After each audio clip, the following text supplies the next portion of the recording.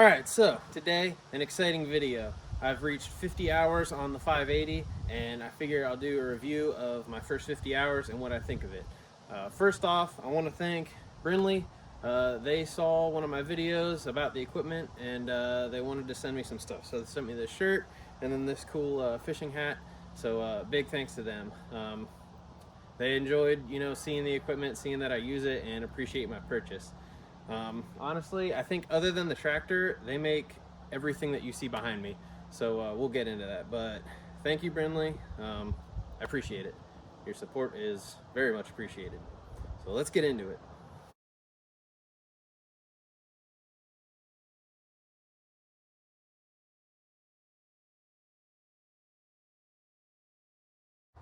All right, so I want to start out not quite yet jumping into the 580 and everything that I like and maybe dislike about it. I want to go through the various attachments and different pieces of equipment you see next to it here. And I want to talk about how it did pulling all of those or working with all of those first. This is by no means going to be a review of any kind about these tools. It's more so just to say how the 580 handled them. So we're going to start off, you see there hooked to the back of the 580, the Brinly yard roller. This is, I'm not sure what exactly the model number on it is or anything, but this is the biggest one that they make. I actually got lucky, found one of these, and someone was selling locally, and I got it for a steal. Anyway, as far as how the 580 handles it, it is, like I said, the biggest one they make. I can't remember the exact number of gallons, but when I looked up how many gallons it holds, you can fill it with sand or water. I decided to fill it just with water because that's what's easy and readily available, and it's easy to drain. It ended up maximum, I think if you fill it with sand, it can be around 690 pounds. I have it filled with water, and I think it calculated out to around 630, 640. As far as pulling it, couldn't even tell it was there. I can barely move the thing around myself, just like pushing around even on packed gravel. That thing is heavy, but the 580 has no issue whatsoever pulling it. I did not do a video on that roller yet. Honestly, I probably won't until next spring when all the snow melts and I can try to smooth out the yard a little bit. And also I think one of my buddies is going to be planting some more grass at his house, so I'll probably be doing some stuff for him. So I'll be showing it, most likely rolling in grass seed and stuff like that. All right, moving on. Next two things you see there, the 10PX cart. Also, I had the 8Y cart. I didn't really get to use it because I pretty much sold that right after I got this cart, but I've loaded this cart heavy anyway, so there's really no difference talking about the 8Y. The 10PX, great cart. Haven't used it a whole heck of a lot. I did though when I was doing my driveway, and the 580 did a great job pulling it. I'm pretty sure I had that loaded to its max and couldn't really tell much was there. Next down there you see my home built ripper that I made. That thing impressed me big time. It did exactly what I wanted it to, and I was more than impressed with how well the 580 pulled that through the ground, especially when I got into areas that were, just like grassy areas or something, trying to widen the driveway. It was able to dig down, as far as the sleeve hitch honestly would let it. So pretty cool stuff there. Next, moving on, you see in the back, in the middle there, the John Deere spike aerator and drop spreader. No issues with that. It's not super heavy. Nothing really to talk about. I mean, it did a great job planting my buddy's yard, and I spread lime on my yard here with it. It was definitely a valuable tool. I like it a lot more than using a broadcast spreader. Moving forward there, you see the Brinly cultivator, sleeve hitch cultivator. I didn't do a video on that as of yet. I actually used that on one of my other buddies' properties, just kind of preparing some soil and looking forward to next year. He's gonna try to be planting some grass out there. So I was just kind of ripping it up, see how this thing worked. And it worked pretty good, so hopefully I'll get some more use out of it and I'll be able to get some videos out of it. But that doesn't dig quite as deep into the ground as my ripper did, but it did have it does have more tines on it. So with that, I guess that's some added stress, but I really didn't have too many issues other than if I got real deep into it to where I started just having wheel slip. So I think honestly traction with the 580 is a bigger problem than its ability to actually pull stuff through the ground. There in the front, probably one of my favorite and most valuable of all these, other than arguably the sweeper there on the end. The box blade though, that thing's super handy. I used it a ton doing my driveway, kind of leveling out, smoothing out some ground for my buddies. That, you know, the tractor had no problem with that box blade. When it got into doing turns, stuff like that, if it was all the way down and it was, you know, pulling as much material as it could, there was times I had a hard time with it. You know, it wouldn't want to turn, so I'd have to lift it up a bit and then you drop whatever material. But there again, I think that is probably just because of traction. Like, it's just not quite heavy enough, I think, to be able to make that turn. I would either get rear wheel slip or the front wheels would just start kind of pushing. So I don't know, maybe I need more weight on the front, but I had 4 of the 42-pound suitcase weights, so I don't know if I need to look into the wheel weights, but honestly, I don't know that I'm gonna. Moving over a little bit further, you see the tine detacher. That is the 42-inch one that I have 2 8-inch extensions, so I think that's what, 54 or 56 inches, something like that. It's super wide. I can detach real fast with that thing, and of course this tractor pulled it effortlessly, no issue at all. So yeah, if you have something like this and you're, you know, worried that any of this equipment's gonna be too much for it, it really isn't. And then behind that, as I said, arguably my most valuable tool, the lawn sweeper, pulls that around, no problem, no issue with its performance behind the 580. So there again, I do want to just throw another shout out to Brinly, thanking them. Like, literally all this is made by them. Of course, the roller over here, the cultivator, the box blade obviously are, well, the ripper that I made obviously isn't, but the other green equipment there that you see, I believe honestly that all is made by them. I know for sure the cart is, the dethatcher I'm pretty positive is, the sweeper I think looks just like ones they make, and then the drop spreader honestly is a little bit different design. I don't think that's one that Brinly sells like their version of, but I do believe they make it for John Deere. I'm pretty positive all the instructions for all of this was by Brinly. So there again, big thanks to Brinly. They have been helping me out quite a bit, honestly. So now we're going to turn it over to the 580 and talk about that. Now I'm going to start front to back and just kind of talk about everything about the tractor itself and then any accessories that I added onto the tractor. So the first thing that we see here is the brush guard. Now the brush guard, it looks awesome. These hoods are not cheap to replace if you were to damage it. Now as far as whether or not I actually recommend you get one, I don't know. Really, it's up to you. If you like the looks, get it. If not, probably wouldn't get it. The thing with this brush guard is you got to, in order to open up the hood, in order to check oil or anything like that, you have to take out the pin, take out the rod, you know, lower the thing, and then open the hood. So if you're like me and you like, you know, checking the oil every time, you know, before you run the machine, it can kind of be a little bit of a hassle. I mean, it's not hard by any means, but it is something that you have to do. That it'd be nice if it was a little easier. I believe the X580 models, I think theirs, you just like lift up on it and then it goes down. It's probably a little bit better design. But regardless, it works. I'm gonna leave it on there. It does look good, and honestly, if you get close to trees or anything, having that there to kind of protect the front end before it hits the hood is a good thing. Next, I'm gonna talk about the lights that I installed. I also have a video on those.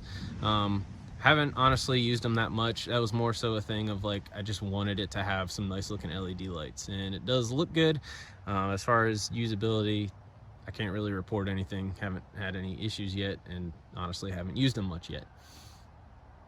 When it comes to Lower on the front, you can see the weight bracket there, the 590, 580, and honestly not sure about the 584. I think the 584 all come with the front weight bracket. It's an option on the 570. If you plan on actually doing any ground engaging work, I would definitely recommend either getting it for a 570 or, you know, getting one of the models that already has it from factory. That weight bracket is super convenient, and I'd rather not have to install it myself. So getting it when it comes on the machine, it's a good thing.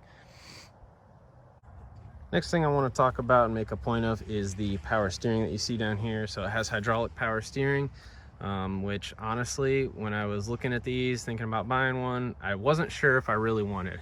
I had the D105, the steering seemed light enough as it was. I really didn't think it was going to be necessary to have power steering on a garden tractor, well, lawn tractor, whatever you want to call it. And then after some use, I found that, oh my God, this is like the most amazing thing ever. It is extremely light. If you're doing a lot of back and forth steering, depending on how you cut your yard, you know, it can be very useful.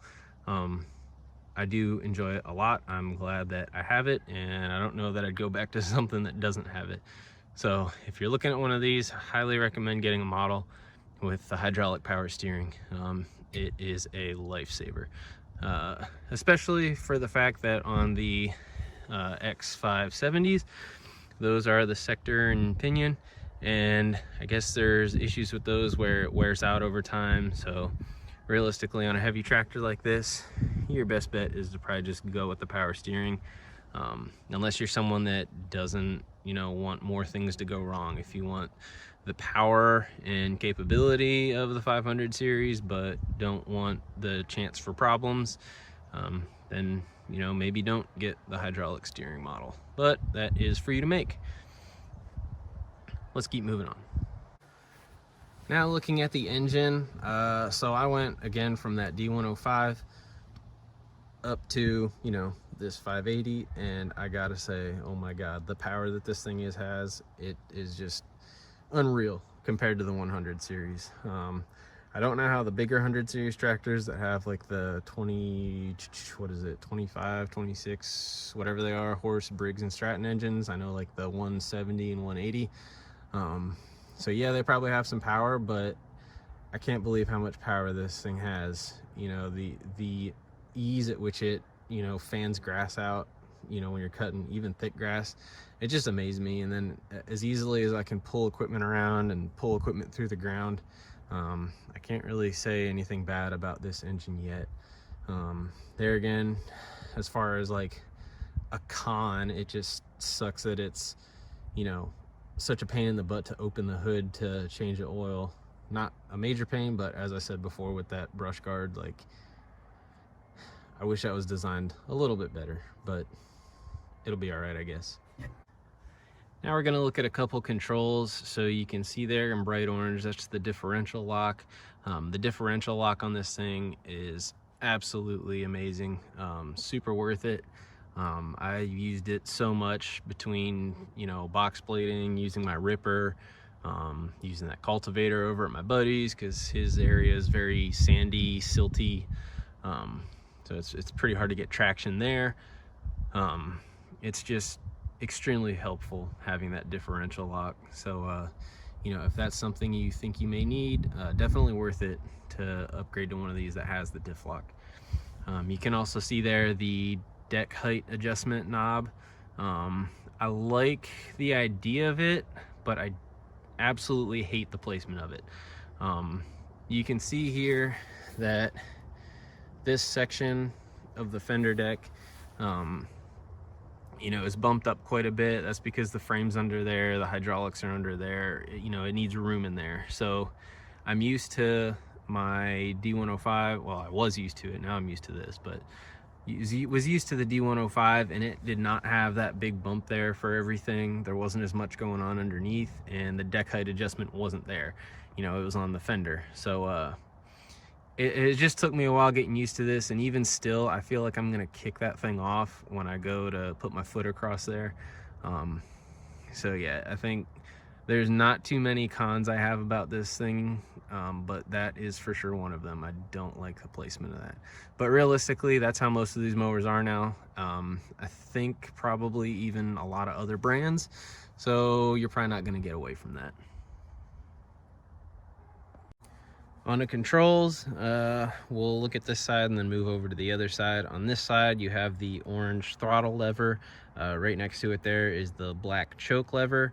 You see the yellow reverse implement option button, and then you see the deck lift and lower paddle, which is also what you use to lift and lower the sleeve hitch. The throttle on this, I mean, it's just a throttle. It's pretty easy. The choke on this is a little bit different. It's not like other older models where you push the throttle level up all the way forward and then kick it back once it's started automatically to a high throttle. This one is nice because you can use the choke independently of the throttle, so you can choke it, start it, and have it at a lower throttle setting, you know, more so where it's at right now. So I do like that feature. I think that is a nice improvement over what I had on the D105. No complaints there. Moving on to that yellow reverse implement option button. I like that it's bigger on this mower. On my D105, I disabled it, so I never used it on there. This one I could. I'm not gonna, just because my daughter's getting bigger. She likes, you know, riding on this thing sometimes with me, and they're out, you know, playing sometimes, you know, when I'm mowing. I just don't want them to run up and, you know, either jump on the thing if I'm off it for a second, or not that it would be running or be able to be moved when they did that, but I also just, you know, want to ensure that no one's around and make sure I'm paying attention. It's one of those things that honestly I think the whole concept of it is completely stupid, but it's there. All modern tractors are like that, and realistically, just to be a responsible parent, I figured it was probably best to just, you know, leave it on there. It's easy to use, especially with the twin touch pedals that this has for the hydrostatic axle. Being able to not have to worry about shift into a forward and reverse gear like on the D105 plays into that. On the D105, it was a pain because you would have to, you know, push in the clutch on it, hold in the reverse implement button, put it in reverse, and then go. It was a pain in the butt. On this, it's much simpler, so it's less of a hassle having to use it. So I'm not going to worry about disabling it or anything. And then the mower lift lever, there again, it's hydraulic actuated. It just lifts and lowers. It's super easy. You don't need to overthink it. It's real simple. Not really going to talk too much to it. So let's move over to the other side and talk about there. All right, and here we can see at the top, of course, you have the ignition. So you have off, a light, you have the running mode, and then you have the actual start position. If you have any experience with these, obviously to turn the headlights on, you just turn it back once from running. It keeps it running. Nothing crazy there. Below that, you have the yellow PTO engagement knob. This, you just lift out on it and it'll start up the blades. It is pretty cool. You don't gotta move a lever across the whole column like I did on the D105. Nothing really to speak of here. It's simple to use. A lot of the tractors now are like that, I believe, so that's pretty common. Moving down, you can see the orange park brake lever. You hold in you can actually see it right down here in the corner. The big brake pedal, you hold that down and then lift up on that park brake lever and it holds that brake pedal down. There again, nothing to speak of there. I kind of like its placement as opposed to where it was on the D105. It was down lower on the D105. It's nice having it right there, especially since I'm off and on this thing quite a bit. And then next to that, right here, it's kind of hiding, that's the cruise control button. Honestly, haven't used that a whole heck of a lot. I thought that was something that I thought was going to be great to have, especially since I have a bigger yard. But the way I cut my yard, I'm not always going the same speed. Plus my yard's kind of rough, so sometimes I'll be slowing down over bumpier spots. So it doesn't get used as much as I really thought. So I think if this was going to be like a make or break for you, I wouldn't let it be, unless you have like a very smooth, very flat, extremely long yard that you're going to be going back and forth for a long time, or you cut, you know, racetrack style where you're just going around making left or right hand turns the whole time. I don't know how necessary it really is. So that's controls. Let's move on down here to the pedals. So of course here you have the brake pedal, pretty simple, and then your two forward and reverse pedals. This twin touch pedal thing that they have going on, absolutely awesome. It's so easy compared to having to switch a forward and reverse gear. If you want to go forward, you push forward. You want to go backward, you push back. It's super quick. Once you get used to it, you can move this thing around, you know, effortlessly. Can't say enough good things about those. Now we're gonna slide back here to the side of the fender deck. Here you have a cup holder, of course. I have a flashlight sitting in there right now. Handle on both sides, and then of course your little toolbox. I keep my wireless earbuds in there. Hardware, attaching stuff for the attaching hardware for the sleeve hitch, stuff like that.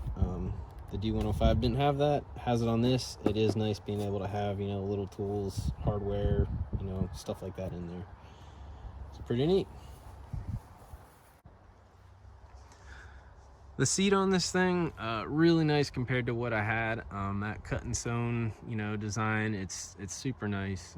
Definitely better than what you're gonna find on lower end models. You know, that embroidered Deere logo, like that just adds to, you know, how nice this thing really is. As far as comfort, the spring setup, you know, being able, I don't know if you can see it down there, somewhere in there.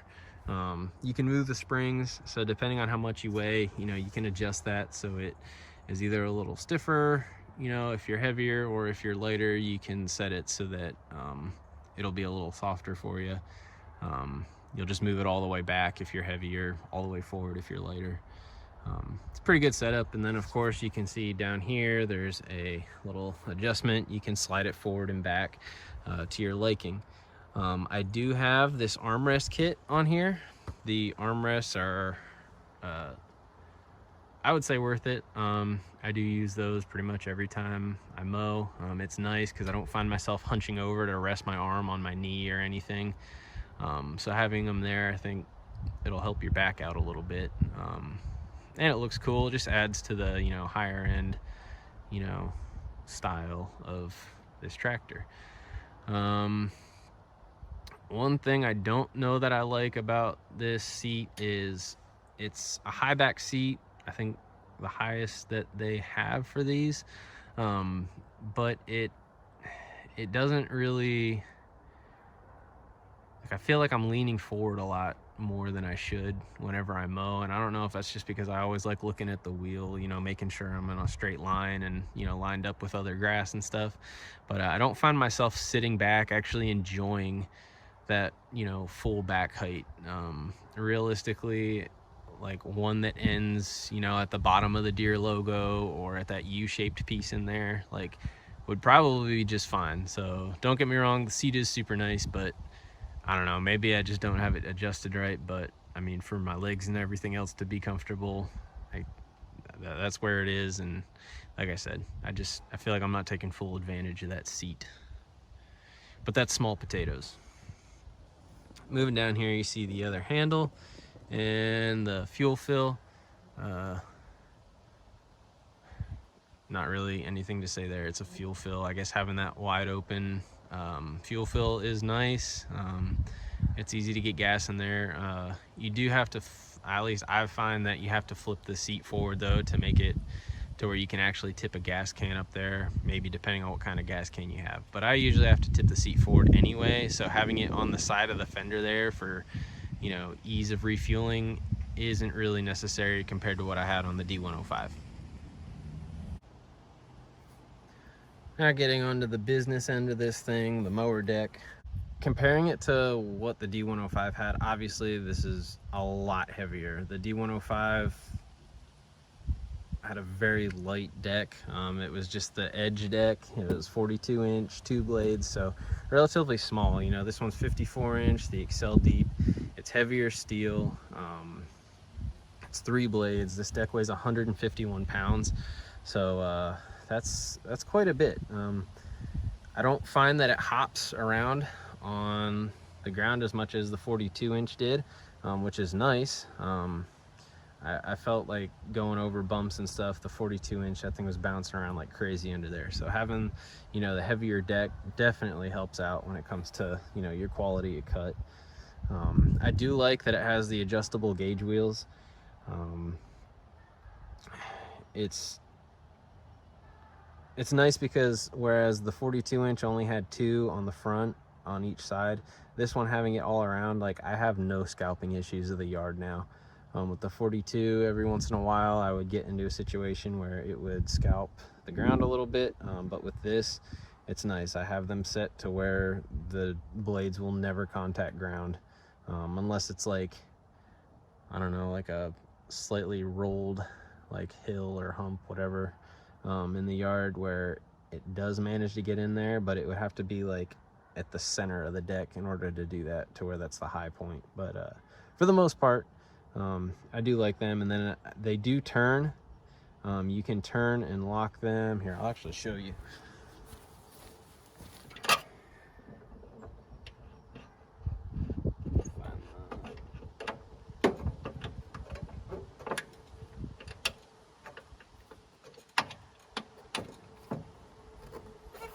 No, it's stuck on the tire right now, but to give you an idea, that gauge wheel will turn and then lock into position, so when you're trying to roll it out from under the mower, it rolls. You don't got to drag it. You don't got to put it on a jack and then roll it out on a jack. If you've seen my how to remove the deck video, obviously I'll show all this in there, but it is a nice feature.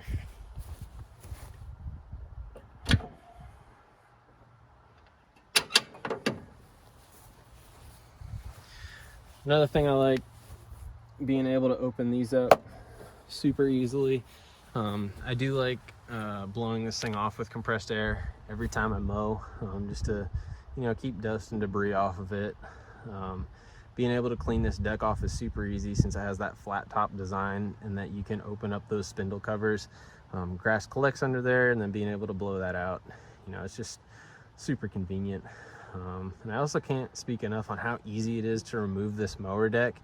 There again, watch my video on that. It runs through it, but really it's not as hard as you think. And if you use a jack to lift the front of the mower up, it helps out a lot. So good stuff there.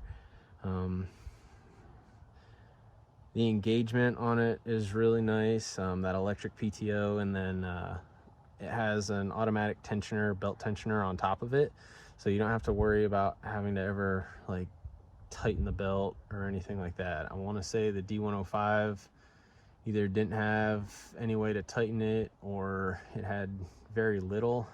Can't remember 100%, but you know, it is nice that on this one you'll always have a properly tensioned belt. It's just something you don't have to worry about. As far as deck adjustability, kind of a pain in the butt. It's easy if you don't have the sleeve hitch lift bar installed. Once you have that lift bar installed, you can't get the tool down in there to do it. You pretty much would have to take a socket that has, you know, the proper Allen key on it, and then get in there with like a low profile ratchet to do it. Or you can just do it before installing. A lot of people complain that they have issues, you know, leveling the deck or keeping it level. I haven't had or seen any issue yet. But that's just me. I don't know, maybe I got lucky, got one that didn't have those problems. If so, that'd be surprising, because usually I'm pretty unlucky. All right, let's move on. And one other thing on the mower deck, 54 is really big.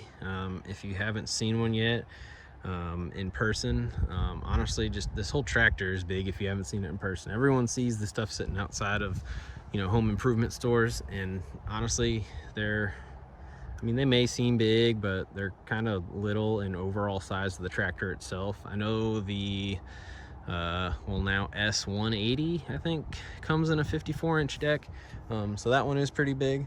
But I do want to point out, when it comes to the size of the mower deck, give it a lot of thought into what you really need. You know, 48 might be plenty for you depending on how much area you have to mow and what obstacles you have in your yard. I have a big enough yard right now where 54 is fine, but if you have the option for 48, you know, think hard on it. Don't just buy the 54 because you think, oh, I'm gonna buy this tractor, I want to get the biggest thing I can. You know, maybe the biggest tractor itself is one thing, but when it comes to that mower deck, like, there's a lot of width there. 54-inch cutting width plus the extra, I don't know, maybe foot for the you know, the grass chute there on the side, which, I mean, yeah, those are removable, you know, take it off if you want, but just something to consider, you know, what you really need. And that also, with that, I know a lot of people ask, you know, what model, you know, would be best for them. And you also got to consider the 4-wheel steer models. You know, maybe you don't want a 0 turn, maybe you want to, you know, a tractor so you can do other stuff with it, but you know, you need to turn tighter. You know, the 4-wheel steer models with the 48-inch deck, or, you know, even smaller, you know, may be what you really need, and, you know, may be more beneficial to you. So, you know, just keep that in mind when you're looking at these things. You know, don't go buy one over the phone and, you know, not ever see the thing in person, because you might be surprised at how big a 54-inch deck really is. Because, you know, you also got to store the thing. So depending on where you put it, you know, if it's left outside, fine. But if you're putting it inside, you know, that's something that's going to be, you know, getting in the way a little bit. So just something else to think about. I'm going to talk about wheels and tires together, and both front and back together. So on this, it is nice having actual ball bearings on the front axle. You don't have to worry about greasing just bushings in there. You don't need to worry about that wheel becoming loose at all. It stays nice, tight, solid all the time. Of course, you have to grease the spindles behind it, but that's no big deal. That's like to be expected. And then these 500 models that are 2-wheel drive, they have the turf tires up front. No complaints there. Haven't had any issues. Obviously, it's designed to not harm a yard. And then on the back, of course, this is considered a garden tractor.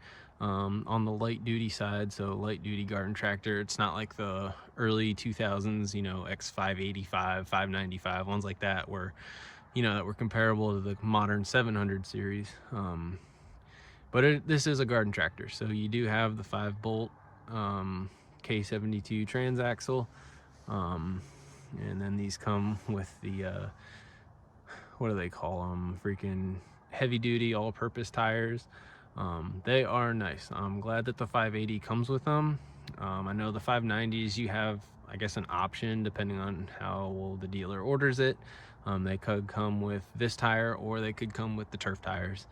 But for the fact that I wanted to do ground engaging work, but also cut my lawn, I think this tire is like perfect, because I haven't really had any issues with it damaging the yard, and I've gotten, you know, a good amount of traction, you know, doing ground engaging work. So probably not as much as you'd get if you had ag tires, but they seem to do fine for what I need to do. I think that's about it for wheels. And now to the back. Please ignore the dried dog poop on the tire there. I need to clean that off. But anyway, here at the back we can see the transaxle. This is one of the things that you're gonna see a lot of people talk about as being a key factor when purchasing any kind of lawn and garden tractor, and that is the transaxle, and how big it is, how it's, you know, made construction wise, stuff like that. So the X500 series currently has the K72 transaxle by Tough Torque, and I haven't really had any issues with it so far. I have done a lot of ground engaging work with it in the first 50 hours. I gotta say, probably, honestly, about half of the time that I've used it so far, if not more, was pulling around either the box blade or my ripper. I had done a ton of work using those two, between my driveway, doing some land leveling, I guess, for my buddy, and then doing some weeding with the cultivator and whatnot for my other friend. So I have a lot of experience on it so far, doing those, and this thing has held up great. It looks a little dirty right now because I changed the fluid in it in the last video that I put out, and I kind of made a mess, so now there's like a light coating of the oil everywhere and dirt sticks to it. So it kind of looks a little nasty there around the reservoir. So but yeah, when it comes to the garden tractors, from what I can tell, this is kind of like where they start to be considered, you know, able to be using ground engaging equipment when you have something, you know, a transaxle this heavy. Anything lighter than this, they just in the long run aren't gonna hold up. But these are built pretty stout. Not too much more to say about it. I do have, you can kind of see the bolt over on this side. That's for the sleeve hitch. I don't have the sleeve hitch on it right now. I don't have it setting out here either, but that is one thing I have used a lot.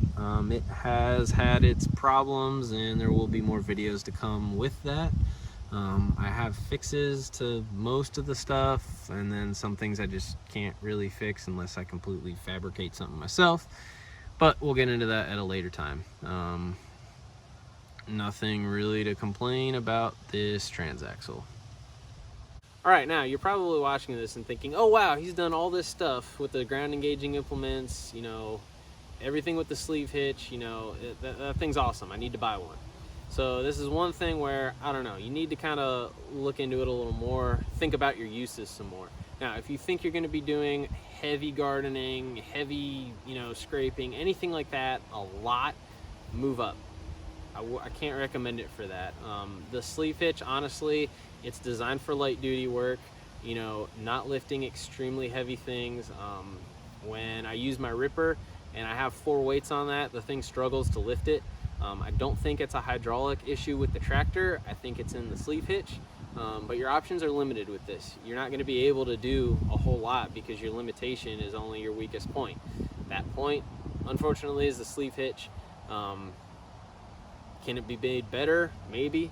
But realistically, depending on what you're doing, you're gonna want, you know, something a little bigger than this. Now, if you are just doing light, you know, gardening, if you just need to, you know, use that single plow, use the cultivator, you know, use the box blade, no weights, anything like that, this thing will be great for you. You know, everything I need to do, it works pretty great. Sometimes I wish I went up, but I don't know. I think this one's good for now. So hopefully you saw something helpful in this video. Hopefully I went in depth enough to each part and whether or not I like or don't like it. Maybe answered some questions for you. If I didn't, I'm sorry. Please ask the question. I will for sure answer it. I see every comment that gets sent to me first, so I can answer things right away. I check pretty frequently. So any issue you have, you know, if you're wondering about these things, I love answering when people, you know, are asking, hey, is this good for my use? I do enjoy answering stuff like that. I think that's it. I'll leave it there. So I do have some videos coming. I am going to be putting a set of wheel weights on this. Honestly, I don't know why I haven't done it yet. Just never had. I've had the wheel weights for quite a while. But I'm going to have a video coming out showing those. And then some sleeve hitch stuff and issues that I've had with it and things that I've had to fix. That's one of the things. I feel like I've been going to the hardware store way too much to get lawn and garden equipment stuff fixed. So maybe that's like an indicator that I should have got something bigger, or maybe not. But hey, gotta do what you gotta do. Keep fixing the stuff up and get it going again. So hopefully I can, you know, show that, and I'm here to show you how to fix it and maybe make stuff better. So at any rate, thanks for watching. Have a good one.